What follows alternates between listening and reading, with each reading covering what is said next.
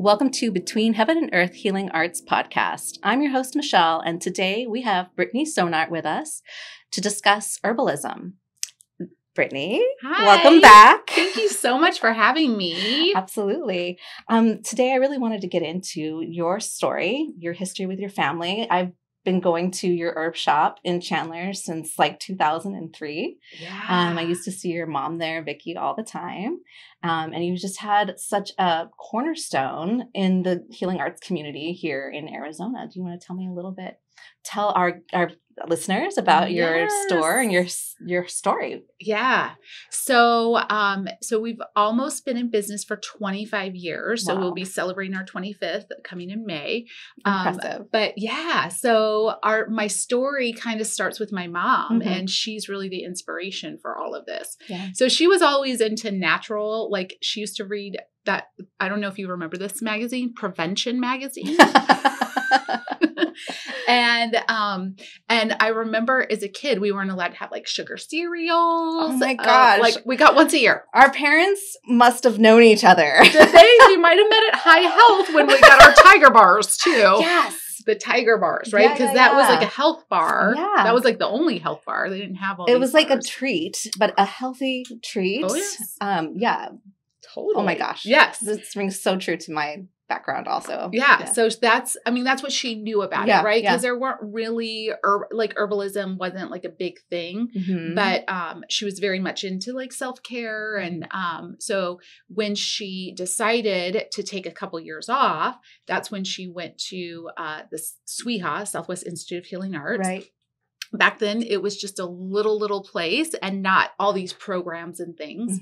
And she took a whole bunch of classes and she decided, hey, let's start an herb store. At that time, I had already been discovering herbs through my naturopathic doctor for my digestive issues. And I said, oh, okay. That sounds a lot more fun than being in corporate. Yeah. And we found a place on Rural and Ray in Chandler. So we actually started at Strip Mall. Okay. In 1999. And so we were in a strip mall. It wasn't really our vision. But you have to start somewhere. You do. And so we did this little strip mall thing, and we had a little karate place next door. So in the afternoon, there's all these little kids karateing our jars that were shaking. Oh gosh. And so, anyway, so for the first 5 years, I mean, we definitely made some mistakes, but learned a lot. And they basically wanted to kick us out of the strip mall. Oh, you're kidding. Because there was a big health food store that wanted to go in there. And so there's non-compete clauses. So they were like, okay, your 5 years are up. We'll put you in a different strip mall. But my mom was like, I'm not doing this again. She's a very smart businesswoman. And so my dad and her used to own properties before. And she said, if we're going to continue this, we're owning the property. That is brilliant. So at that time, one of my herbal friends that actually worked at the store, she was also an herbalist and a real estate. Doesn't that work? Handy. Yes. And so my mom said, let's look for a place to buy. And we found this place on Alma School Road, and it had been, I think, like 3 or 4 businesses. So we actually have met the guy came in that actually bought the house at the first time, but it was the house that was, people walk through what's that called? Where you walk through to buy the houses that are in the, that they're building. Oh, it was a model. A model home. So that's why there's a big parking space in the front. And oh, wow. That totally puts a whole nother view on like the building itself. Yes. That's why it's on Alma School. Oh.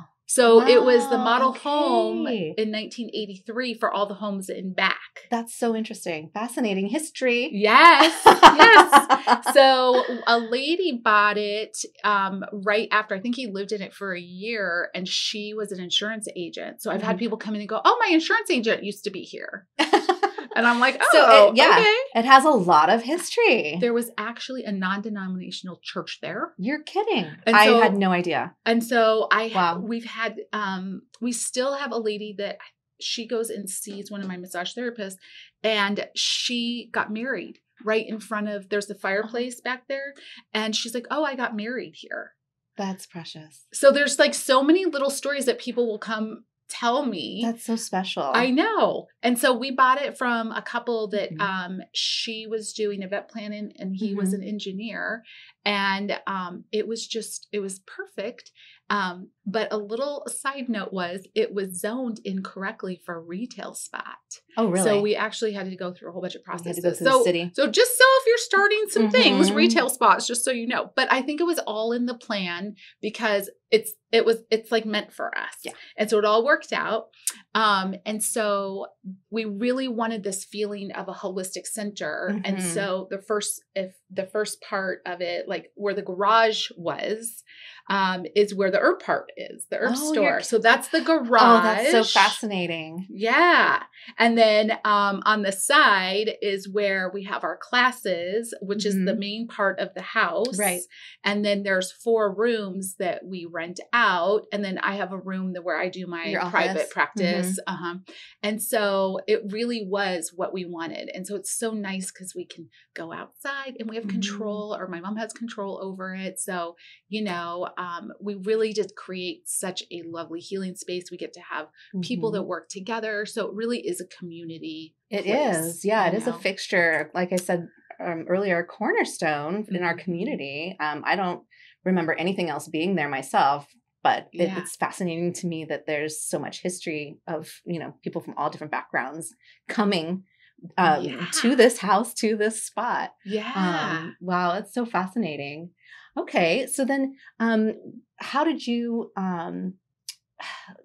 you mentioned in another podcast, part of the family story with your grandparents. Yeah.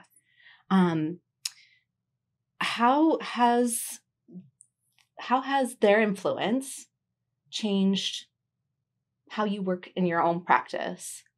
Yeah, for sure. And working with family in general. Yes. You know? Yeah. So I never got to meet my great grandparents, but I do feel like I think when I learned of that, you know, it gave me a feeling of power that there was something inside of me, because it's very weird. Like to be honest with you, I'm very bad at remembering names, but I can remember herbs. Yeah. Like you tell me an herb, it sticks in there all like 15 selective different memory. things. Yeah. It's like, I can remember the herb. I can remember, it's almost like coming home. You know how like anything that you find in life and you're like, oh, this is who I am, you know? So I feel like it is like something cellularly, like, you know, passed down generationally.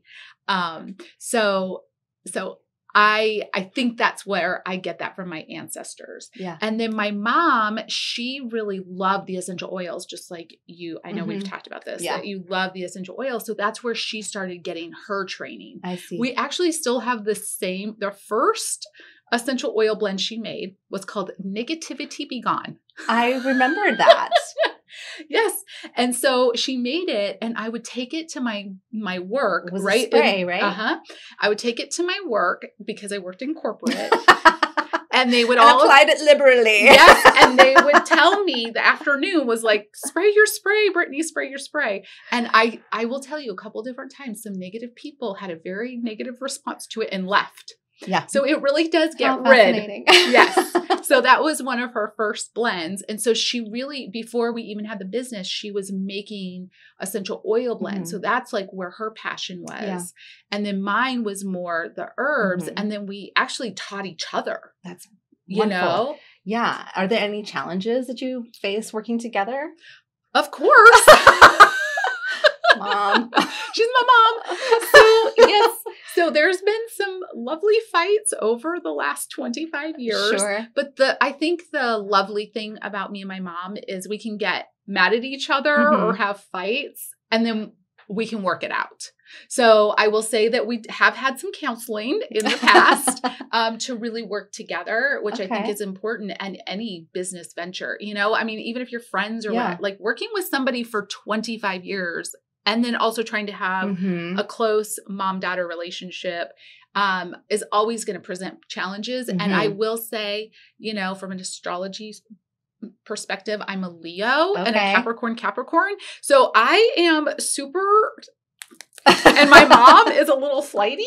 I see. She have a little Gemini in there. She's just like, I don't know. And so, sometimes I think that's what So she gets sometimes you have to frustrated because pull I'm the ranks boss. a little bit. Well, I think I'm Uh-huh. the boss even though Uh-huh. she's older. Yeah, gotcha. I see. You mentioned astrology. Are there other other healthcare practices, other tools that you integrate with your herbalist practice that you maybe use for yourself or recommend for your clients? Absolutely. Right. Mhm. So, I mean, as a holistic practitioner, we can't do it all. No. Right? To be good at what you do, we can't wear every separate hat. Mhm. So like really looking towards finding people that we can work together. Like I have an acupuncturist that I send people to. Mhm. I have a lymphatic drainage person I send people to. I have a neuromuscular therapist I send people to. Like if I have a kid that have chronic ear infections, even sometimes just a little adjustment on their station tubes is going to fix the problem rather than herbs. Sure. Right? Okay. So herbs aren't always Mhm. the 100% answer. I don't want to put my ego into it like, oh, just because I'm an herbalist, Yeah. that herbs are always the answer. There's so many different modalities Mhm. that we can use to heal somebody. Mhm. And, I think we were talking personally about like trauma, when we work with clients with trauma. Yeah. I went back to school 4 years ago to become an EFT practitioner, which is an emotional freedom technique to help with trauma, because if people are still living the trauma, I can give them all the herbs to help their nervous system and anxiety. But really, what if I could get to the underlying cause and we could, free them from that trauma? And it's still their story, but they don't have to feel like they're living in it on a day-to-day basis. That's So, powerful. Yeah. So there's so many different, even regular doctors, I try to find doctors that will work together with me so I can send them to go get better blood work, right? Rather than just more the specific. standard. Yeah. So I'm always trying to find people that want to work together so that we can create a community and a partnership for my clients. Yeah. And the people that even just walk in the door at Desert Sage, Yeah, for sure. So when you're working in tandem with your team, ideally other practitioners for optimal results in health for your clients. Do you call them clients, by the way? Yes, I call them clients. We're I know not doctors really are patients. Yeah, clients. I call them clients also. Are there any success stories that stand out that really had an impact on you? Oh, I know. So many. Like I have to pick, right? So I think right now, I've been working with a client. I mean, she used to come into the store 24 years ago, and she has rheumatoid. She started with juvenile rheumatoid arthritis, and I mean, she's had, that's something that is progressive. Yes. So requires ongoing care. Yes. And she's done amazing work on herself, her diet, everything. And we actually worked, together with her doctor too. But the medication that she was taking was causing her liver and kidney enzymes going up. So, she now is on a lower dose of even her, I think it's an injectable or something like that. But with herbs, we've kept her liver and kidneys in normal ranges. That's amazing.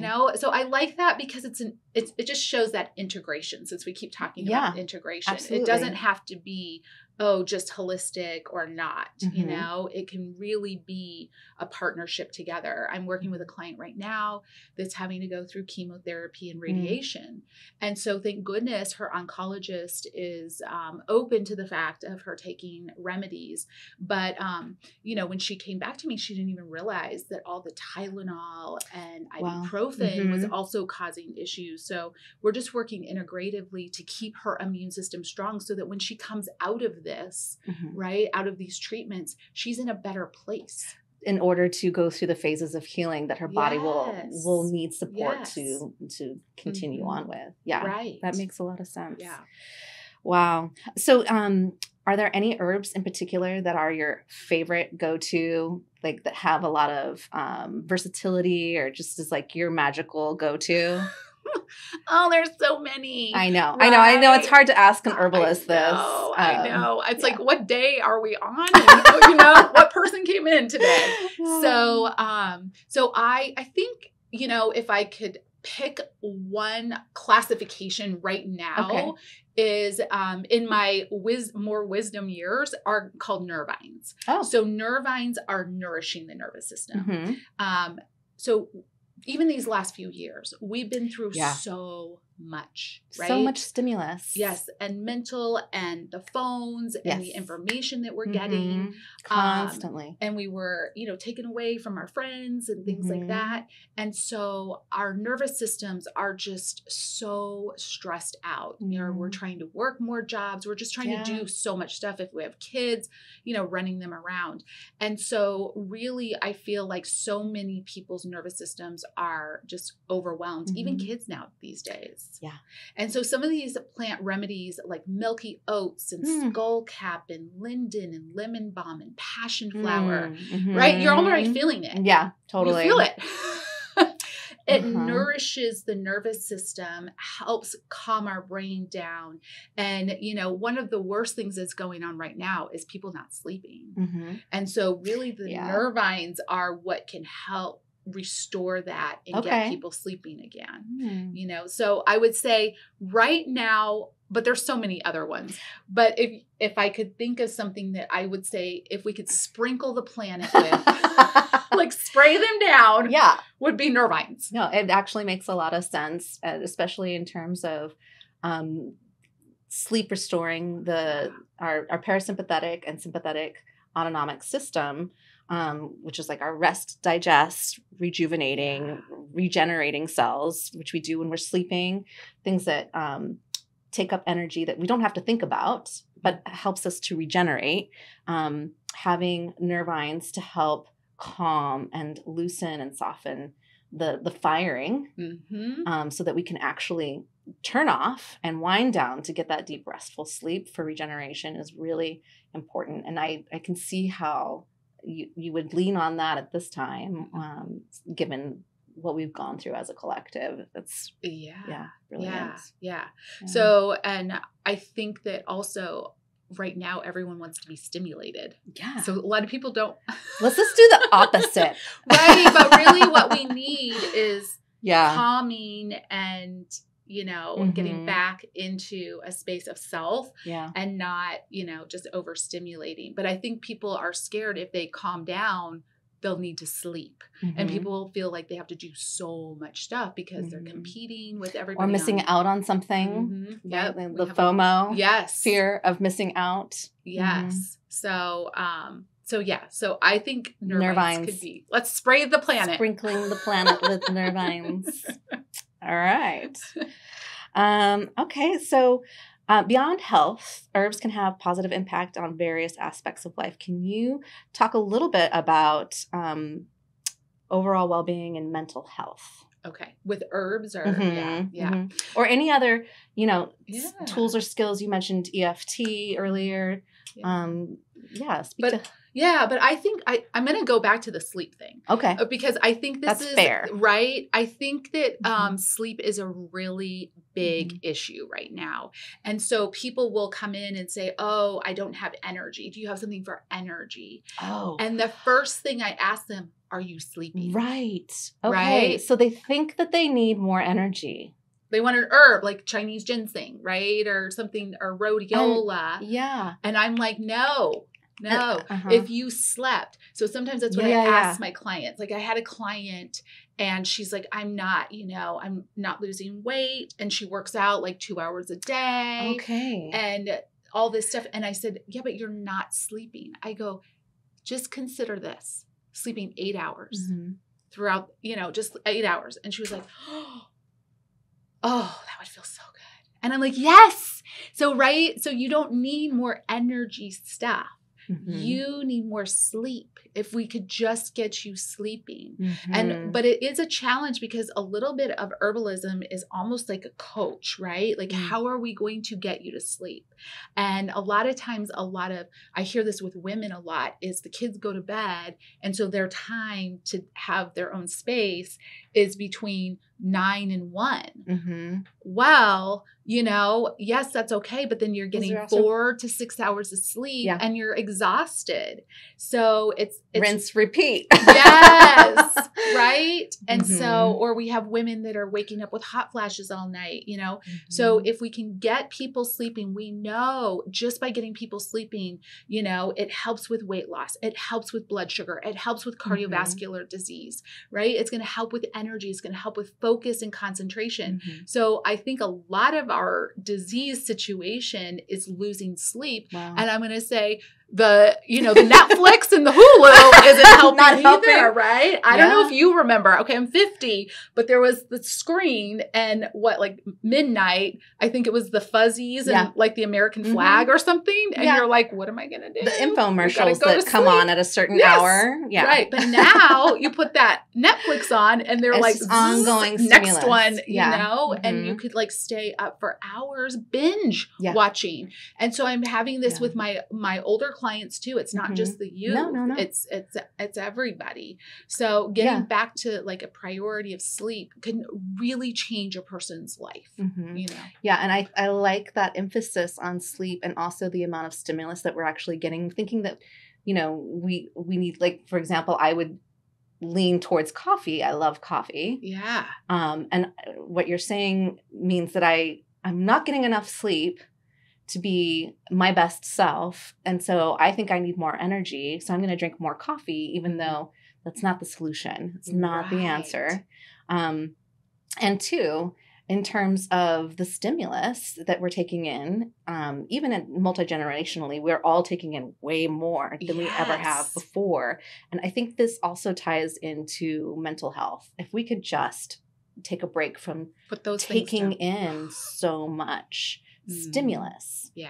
And, sprinkle those nervines. Yeah. Oops. And allow ourselves to deeply rest. Yes. And allow our body's natural healing instincts to take over and provide the restoration we need. I think you're right. I think it's really powerful. Yeah. How much sleep can really impact. Yeah, because our bodies are amazing. We know that I think, what did they say? The cells regenerate. So you're almost a whole new person in 7 years. Yeah. So what if you could just heal, our bodies heal themselves, but we're not allowing them to heal. We're putting in, crappy food or, we're having high stress jobs and we're not sleeping. So we're not optimizing necessarily. Moving our bodies anymore. We're sitting at desk all day long. And so, it's really taking a toll on our health, and we're seeing it in our health field. It's, we're seeing more and more sickly people. So yeah, absolutely. Yeah. So more time in injury recovery. I can see that. Okay. So herbs and their aromatic properties. We talked a little bit about it with your mom being really into the aromatherapy aspect. Could you share some of your favorites in terms of calming, invigorating? We talked about the nervines, but in terms of aromatic. Yeah. Well, so lavender is one of our favorites, right? So interestingly enough, lavender, I always thought of lavender as an essential oil, but I actually started using it probably about 10 to 12 years ago more in my sleep tonics too. Okay. So it doesn't taste good, but it actually, to lavar, means to wash out, right? So it calms down the brain, kind of gets some of the the stuff that we don't need to hear about, right? But it's those volatiles that that those volatile oils you're speaking about are so powerful to help rest and relax and actually support the nervous system. But those volatiles also in chamomile, in catnip, in peppermint, like they really help to calm the stomach. So I do have one recommendation. Yeah. I'm not a huge, put essential oils in everything, to take internally. Right. But when you make your teas, there's a couple different things. When you make a really good herbal remedy tea, first of all, you want to use more herbs than they say. Okay. So on my packaging, it's a tablespoon per cup. My daughter the other day, she said she ripped up a traditional medicinal tea bag, and she's like, Mom, I poured it in there and there was like this much herb. How many tea bags do I really need to use? I'm like 3, for a really medicinal cup. Yeah. But the other thing is that you need to cover it, right? You want to keep those volatile oils in. I see. So, right? So a lot of people That's put the their purpose little of the tea steeping. bag. Yeah. So they put their little tea bag in, and then the volatiles are flying around. And yes, it smells beautiful in your home, but you're not keeping the medicine in the water for you to drink. Now that's something I didn't really put together. Yeah. In terms of my tea steeping. Yes. Or why I've been told to cover it. I now get it. Yeah. So you want to keep those in, and then you're getting those properties in your tea. And then I'm just going to say this. My last little tip is steep it for longer than what those boxes say. Okay. So because the longer you let it steep, the more medicine you're pulling out into your water that you're going to get to drink. So if you have a whole bunch of tea bags at home, no problem. But I bet you will find that your cup of tea will work so much more efficiently. Put 3 tea bags in, So I tell people, if you're on the road and your tummy hurts or whatever, and you go down to the hotel, grab a couple chamomiles and a peppermint and put 3 tea bags in your cup and make sure to cover it. And that'll help your stomach in a way that you've never experienced so before. Part of your travel bag. Yes. Some tea bags. Yes. Yeah, for sure. You mentioned tonic. Can you maybe describe for our listeners the differences between an herbal tea and what you call a tonic? Yeah. So an herbal tea is going to be the loose leaf herbs or in a tea bag. So they're just the herbs that maybe, like if you have peppermint growing in your garden, you take some peppermint leaves. The raw material. Yes. And they're extracted with water. Okay. So we're driving out the constituents into the water, and then the water is going to be the healing medicine. An herbal tonic or a tincture or an extract, they'll kind of do those interchangeably.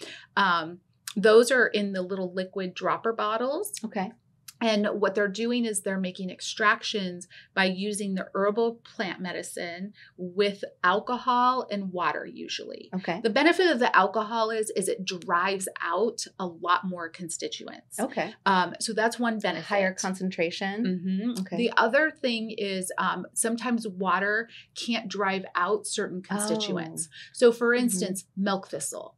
Milk thistle has a constituent in it that we know that is really healing to the liver. Okay. It's called silymarin. But silymarin is a oil based. So you can't stick milk thistle seeds in water and get the silymarins out because it's oil and water. Okay. So they use actually a high concentrate of alcohol to get the constituents out. Interesting. So it's not beneficial to make a milk thistle tea. So you really have to use a higher alcohol concentration. So the alcohol is going to drive more of those constituents out. Another benefit about those tinctures is you can use fresh plants, right? So for instance, milky oats we just talked about, right? It's one of my favorite nervines because it's not sedative, but it's super, super nourishing over time. It's very specific for somebody that's burning the candle at both ends. You're coming to get some real soon. But the most medicinal way to take it is when it's in its milky stage. Well, the only way that you can get that is if it's harvested when it's in its milky stage. So basically when you're pushing the little oats, so this is the same oats that they make oatmeal with. But when you push the little oats, it's like a little bit of like a milky comes out of it. Okay. So what they do is they will take or, harvest all the oats when it's in its milky stage, and then they're extracting it fresh. I imagine timing is really Timing important. is of the essence. But what the alcohol does is it drives it out and then it preserves it. So, right. So you can't just go harvest because it's only 3 days. You can't just go harvest some milky oats and make a huge, gallons and gallons of tea. Well, it's going to, rot or get bacteria. Right. So this is a really awesome way to preserve fresh medicine too. The other thing is that it is very, you can travel with it. It's more handy. Yes. It's a concentrate. So you're just doing dropperfuls and drinking it down if you're not a tea person. I see. And it has a year's shelf life. Wow. So that's a nice thing too. That's a big difference. And then I'll tell you one other tip. Yes, please. If we're into tips, we'll take all the tips. Okay. Since we're on the subject of different things, in my beginning herbal class, this is one of my most important things that I teach people. Because most of us aren't going to a Desert Sage, right? They're going to a Sprouts or Whole Foods or a Natural Grocers. Right. And so the array of capsules on their shelves are insane, right? And so you go and let's just take milk thistle, for example. And there's 6-8 different milk thistles. And you're like, what? How do I pick? Yeah. So a lot of people will pick by price, right? So you've got your capsule that's $12 for a 90 count. And then you're like, well, why is this one $30 for a 60 count, right? So the difference is you really have to look at the packaging. If it just says milk thistle, and then says 500 milligrams. What that is just the ground up milk thistle in a capsule. Okay. If it says you turn the box on the $30 one and it says milk thistle extract, they are extracting the constituents. So remember, this is a super, super concentrated. So for instance, one of my favorite companies is Gaia or Herb Farm, but taking one of those capsules is equivalent to taking about 14 of the ones that are just ground up. Oh, wow. So who wants to take 14 capsules? And in the whole scheme of things, if you figure out the money, this is going to be much more of a significant savings buying the $30 one. And it's going to be super, super healing to your liver. And you'll actually use it versus 14 capsules. Yeah. Who's going to take that? So that's where the problem comes in. You can see, Michelle, where the problem comes in is someone says, well, I took that milk thistle and it didn't work. Right. But they might have taken the milk thistle, one little capsule, which is basically like maybe 1/4 of a teaspoon of ground up milk thistle. That's not a medicinal It's not the extract. Right? It's not enough to do anything to your liver. It's like eating half a piece of spinach and thinking you got your nourishment for the day. Yeah. So you need the right sources, the right concentration and understanding of what you're looking for in your products. It's a little bit of guidance from an herbalist for sure. And so it's simple. Now you're going to go to Sprouts and you'll know why you're spending 30. Yeah. But you don't have to take 12 capsules. I'd say that was an excellent tip. Oh, thanks. That will have some longevity for our listeners. I hope so. Brittney, thank you so much. It has been a pleasure to have you here today. And I hope to have you back again very soon to talk more about herbalism. Thank you for having me. Excellent. You've been listening to Between Heaven and Earth Healing Arts podcast. I'm your host, Michelle. Thank you for joining us, and we'll see you in the next one.